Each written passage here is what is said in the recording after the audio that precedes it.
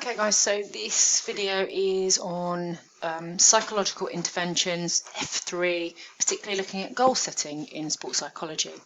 Just for your point of reference, here's the specification and what it says you need to know, some of which you might recognise from school or GCSE or BTEC at school. Again, with the interventions, I like to approach this with the 5 questions: what, when, how, why, however. So, what is goal setting?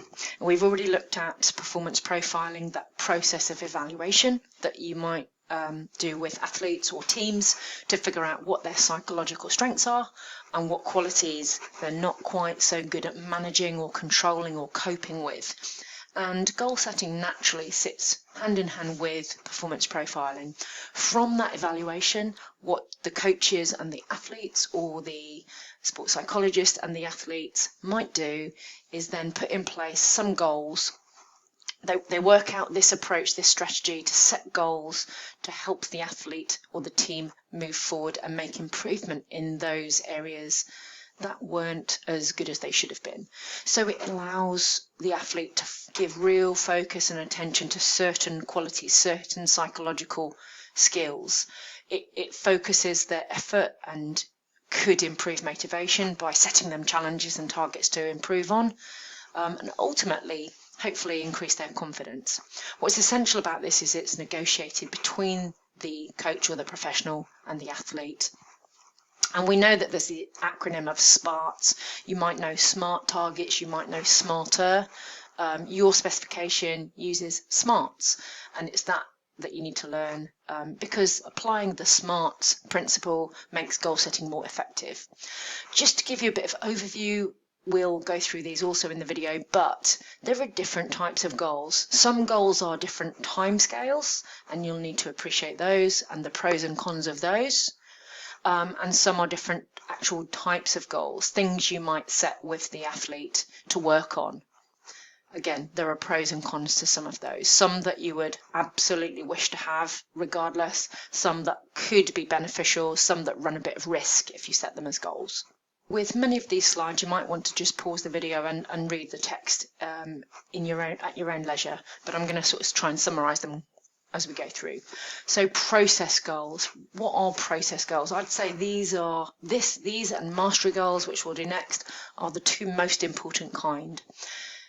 Process goals involve any aspect really that improves the athlete's performance overall. It is about self-improvement. One real benefit that why these are so effective and should very much be included for athletes in your written work, in your case study, is that they are self-determined and controlled by the athlete. It doesn't matter, it's nothing to do with others, it doesn't mean it's not to do with beating others or being better than others. It's controlled and relevant and compared to themselves, the athletes. And for that reason, it's a much more stable goal to use. It's controllable by them. So these are goals that help them make progress, help them learn or help them develop or help them improve. It's not to do with winning or losing directly. It could be, of course, but it's about them getting better. It's about them making improvement. Examples are here, so let's have a look at a couple of them. It could be a process goal for the athlete to practice some imagery 3 times a week, or some positive self-talks. If they're going to practice, if they make a mistake in a game, they're going to have a phrase, a positive phrase that they say to themselves in their head so that they don't sort of crumble and get demoralized from it. It could be that they're going to gain confidence by practicing their non-dominant hand dribbling in basketball or football, in football. It could be they're going to attend the gym 3 times a week, either because they're doing too much at the gym or they're not doing enough, and that really focuses their commitment and motivation to have a process goal to tick off and hopefully achieve. So it's not about what they do in that case, it's not about being stronger than anybody else, it's about attendance and committing to the training. So it's very beneficial, important, really should include this type of goal in your intervention written work. Just to reiterate, why are these so important? Because there's no comparison to others. It's about the athlete improving the athlete and comparing their own, goals relating to them. Generally speaking, these might be a short-term and medium-term type of timescale goal, so 3 to 6 months. Up to 3 months is short-term, up to 6 months, or 3 to 6 months is medium-term. Secondly, the other really essential, really should have in your written answer type of goal, mastery goals. As it suggests, it's about mastering something, it's about mastering a skill, mastering a technique, perfecting something through practicing and improving. It's about challenging yourself. Again, it's not about comparison to anybody else. There is high levels of self-determination and high levels of control for the athlete. So the athlete has autonomy.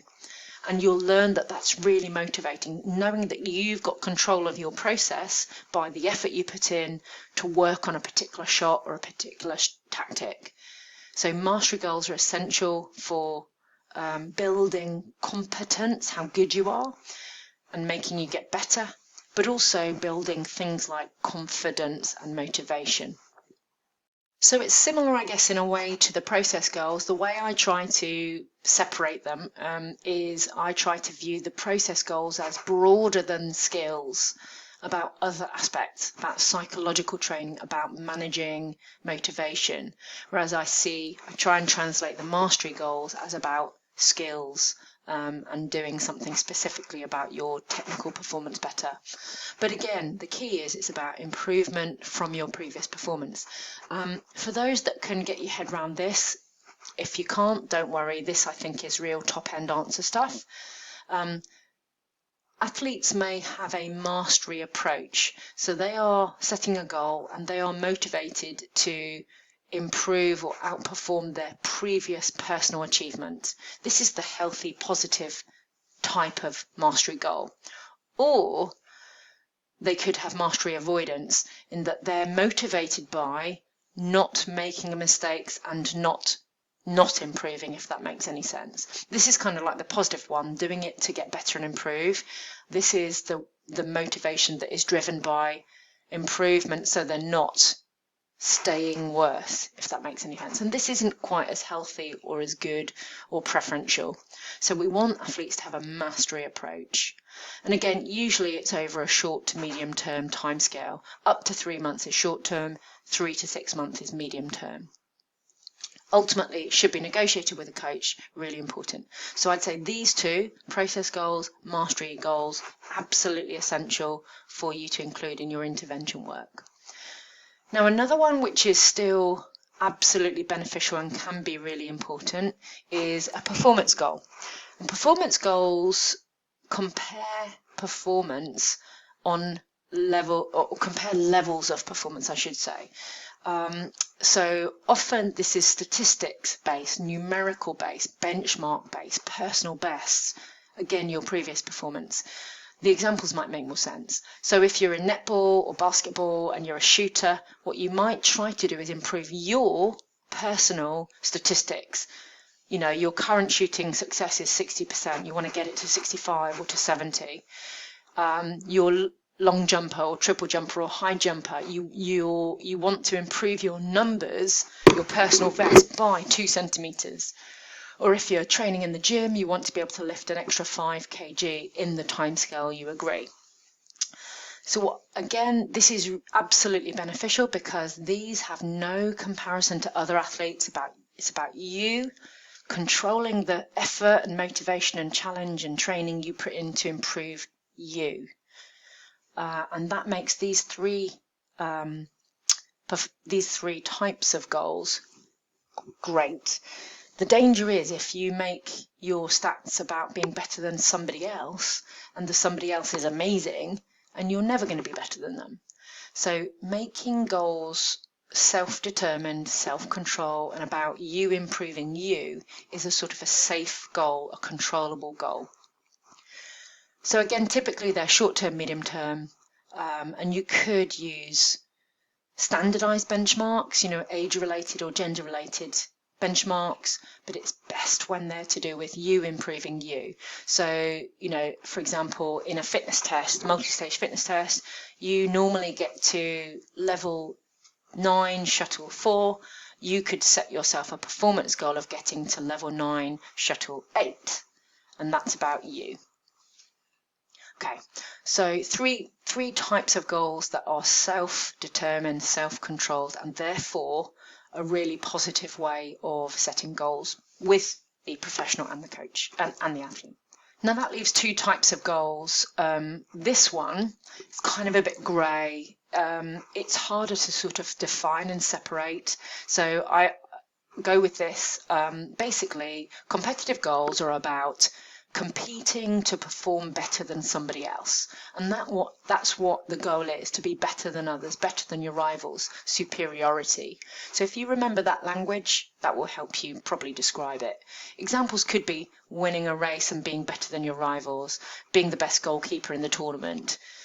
The danger with this, unlike the first three types of goals, is that it's all about comparison with other people and superiority with other people, which means these goals are vulnerable. They make you vulnerable to not succeeding and not achieving them because you lack. Obviously, you can control yourself, but you can't control how well others are playing or performing. And again, that's problematic. So you lose aspects of controllability, you lose some level of self-determination with this, and you're affected by others. So this gives greater risk of what athletes might perceive as failure. If you're not the best goalkeeper in the tournament, if you don't beat your rivals, does that mean you've lost and failed? I mean, it shouldn't do necessarily, but it is a general risk of this. And again, there's a little bit of additional stuff here. If you can get your head around it, great. If not, it's really nothing to worry about. But there's a slightly more positive approach to competitive goals. If you have performance approach, this is the positive type, and basically means your motivation, especially if you're a competent player, you're genuinely aiming to be superior to somebody else for those positive reasons, to challenge yourself, to play better, to beat somebody else. The negative translation of this is performance avoidance. You're motivated and setting this goal to be better than others so that you're not a loser, so that you're not worse. So it's like avoiding the negativity of not being better than somebody else, as opposed to seeking the being better than somebody else. It's not particularly clear, and it's not an essential bit of work. If you can get your head around it, that's great. So compared to the first three, this one's not quite as good, and I wouldn't probably recommend you set competitive goals for your case study athletes or teams, but perhaps you could comment on this as a type of goal that wasn't as beneficial. The last type of goal is perhaps something that we do use and can be beneficial, as long as there are process and performance and mastery goals as well. So often what we want to do is we want to get to a certain place in a tournament. We want to be better than we were last season. We want to win a match. Obviously we have that kind of an outcome goal when we're playing sport. But if you solely set these get for the same reasons as the competitive goals, you are vulnerable to not achieving it, because it's not just about you, it's about the other team as well. So what it could be is that you have slightly longer term goals of outcome goals. I want to, through the season, achieve this. I want to win the tournament. I want to be higher in the league than we were last season. That's okay. But I would always recommend that alongside an outcome goal, you had those process or mastery goals, and they are the stepping stones. You've got to get better at your skills. You've got to do more psychological skills training or fitness training to enable you to have a better chance of achieving your outcome goals and maybe winning something. So it is okay to have outcome goals. Just be mindful that on their own it wouldn't be a good type of goal to have, but as long as you've got the combination of those other ones as well to help you achieve this, it's okay.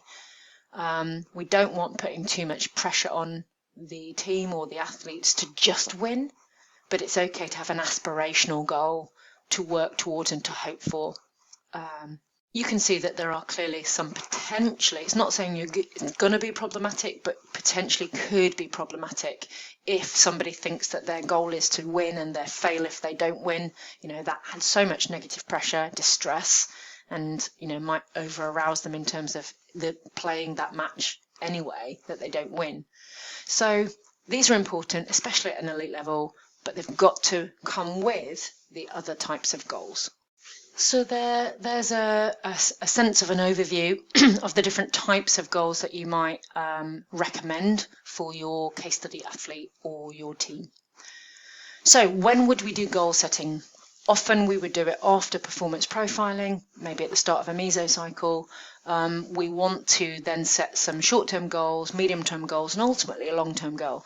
And really the purpose of this little image here is saying, we don't just take the big steps, we need the small, short-term steps. They're the motivating ones. They are the right now. They will gradually move us forward. So these are the process and mastery goals and performance goals that are going to hopefully get us to the point where we are achieving our outcome goals up here. We would do it short. We would have short-term, medium-term, long-term goals. I think there's basically two numbers you need to learn for this: 3 and 6. Short-term goals is anywhere up to 3 months, so it could be a session, it could be in the week, a day, it could be up to 3 months. Medium-term is from 3 months to 6 months, and then long term is 6 months plus. So if you learn 3 and 6, you kind of should know the boundaries between those 3 different time scales of goals. Proximity is how far away or near is the goals. Proximity means closeness. So a short-term goal is really valuable because it's right here and now, and that's so motivating for us. And as I said earlier, these are the stepping stone goals that take us towards our medium-term goals that ultimately let us achieve our long-term goals. So common sense really, but just here's a visual translation of that. This is where we're at now. We've done our performance profiling. We know we've got to set goals and act on those goals, do what we need to do, change our behaviour, change our thinking to achieve our outcome, our whatever goal we've set ourselves here. So this is our aspirational goal. Whether this is a psychological goal, whether this is a technical learn the skill goal, we set the goals, we act on it, we train, we do psychological skills training, and we hopefully can reassess here and find out that we've got ourselves a bit better. How do we do it? We set SMART goals. So again, I'm not going to read through every single one, but the SMART bit of it you might well recognise. The final S you may not recognise from school, but goals ideally are self-determined. They're negotiated between the athlete and the coach to give the athlete a sense of control and autonomy, and that'll be motivating for them and engaging for them. So we want a sensible short-term, medium-term, long-term timescale. We want them to have a say in what the goals are going to be. They've got to obviously be realistic to the athlete. They've got ideally are written down. They've got to have sensible ways in which they're going to achieve them. They've got to be measurable if possible. So we've got to know if we've made improvement or not because they're measurable. And obviously they should be specific to the athlete's needs, whether that's fitness, whether that's psychological, but it should be very specific to the team or the athlete. So quick summary slide of how these goals can be used, these different types of goals. Obviously we've got different timescales, obviously we've got different types. This doesn't show them all. Different language, but meaning the same thing. We combine those.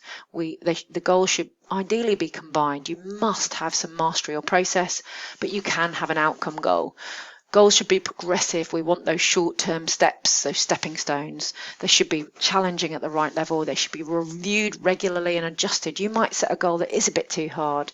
You need to know that sooner rather than later, and you might want to adjust it and make it a bit easier for your athlete, because we want them to experience some success and be motivated and confident because of it. Why do we do this then? So what, when, how, why, however. Why do we set goals? Why do we go goal setting? Because we want athletes to overcome setbacks they've experienced or plateaus in their performance. We want to motivate them. We want to either manage their motivation and bring it down a bit if it's unhealthily high. We want to boost their motivation if it's not. We want to give them success and boost their self-esteem, their confidence, their efficacy. We might want to help them recover from injury.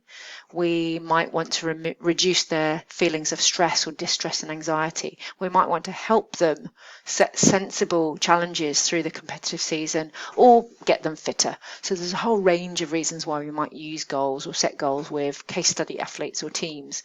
And here's, a typical example of an injury type thing. Somebody's got quite a severe injury. It could be that motivationally they really struggle. You know, injuries are emotional. If you're a highly driven athlete, it can be problematic for you, not just physically but psychologically. So this is from the textbook, actually. I think it's an example of how you can set short-term recovery, rehabilitation goals, medium-term and ultimately long-term, what you're aspiring to do over 12 months. Because from an ACL injury, it's pretty serious. So then that leaves us, however, to consider. Again, this could be showing high levels of analysis and critical thinking in your activity number 3, where you're recommending what athletes should do with the goals or what the sports psychologist should do. But it would be it's really cool thing to show that you understand how goals can be ineffective if they're just imposed upon the athlete rather than negotiated, if they're unrealistic or too challenging, if they're not clear and concise and personalised, if they're too long-term or just long-term. We need something now to work towards. If there's no combination, actually writing them down really helps. If there's no sense of measuring and monitoring improvement, if they're not motivating, if there's no interaction with the athlete and the coach, or if they're unconvincing, you know, all reasons why the goals might be ineffective. So here's a little summary of the types of goals, the timescales that you need to know, the process, making sure they're smarts, the reasons why they can be really beneficial, and of course some of the things that can go wrong. And again, lastly, to show you an example of a possible application in the exam, here's Ricky's case study again. And here is a sample paragraph which you can, of course, read to understand the way you might write about this topic.